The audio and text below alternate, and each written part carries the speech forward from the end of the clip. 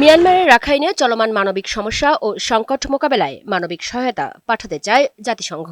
আর এই মানবিক সহায়তা পাঠাতে বাংলাদেশ মিয়ানমার সীমান্তে একটি মানবিক চ্যানেল করতে চায় সংস্থাটি। এই চ্যানেলের বিষয়টি সামনে আসায় গেল কয়েক মাস ধরে এ নিয়ে দেশের অভ্যন্তরে চলছে নানা গুঞ্জন। বিষয়টি নিয়ে বুধবার দুপুরে রাজধানীর ফরেন সার্ভিস একাডেমিতে সংবাদ সম্মেলন করেন জাতীয় নিরাপত্তা বিষয়ক উপদেষ্টা। তিনি বলেন, প্রাথমিক আলোচনা হয়েছে মাত্র, দেয়া না দেয়া এদেশের সার্বভৌম সিদ্ধান্তের বিষয়।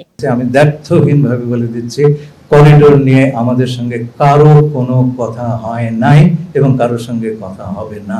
তারা বললে এর কিছুটা দূরে বর্ডার, আপনারা এইটুকু জায়গাতে আমাদের সাহায্য করবেন যাতে আমরা রাখাইনের ভেতরে যে চ্যানেলগুলো আছে তারা সেটা ব্যবহার করবে এবং সেটা দিয়ে তারা এই মানবিক সাহায্য পৌঁছে দেবেন। বুঝতে পারছি যে অন্য কোনো চ্যালেঞ্জ নাই, এখন আমরা দেব কি দেব না এটা আমার সার্বভৌম সিদ্ধান্ত। তিনি আবারও নিশ্চিত করেন, এই চ্যানেল করা হলে যুদ্ধের কোনো পরিস্থিতি তৈরি হবে না। রোহিঙ্গা প্রত্যাবাসন প্রসঙ্গে খলিলুর রহমান বলেন, মিয়ানমারের জান্তা সরকার এবং আরাকান আর্মির সাথে এ নিয়ে আলোচনা চলছে, তবে এখনই প্রত্যাবাসন সম্ভব নয়। আরাকানের অবস্থা যতদিন অস্থিতিশীল থাকবে ততদিন আমরা প্রত্যাবাসনের কথা বলতেই পারবো না।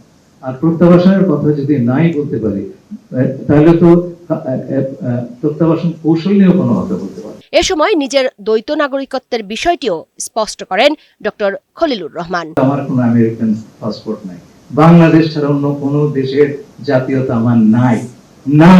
কেবলমাত্র আমি আমেরিকায় থেকেছি বলে যদি আমাকে বলা হয় আপনি বিদেশি নাগরিক, তাহলে কালকে তারেক রহমান সাহেব তো সেই কথা বলতে পারে। আমি আবেদন করবো আপনার বুঝে শুনে কথা বলতে।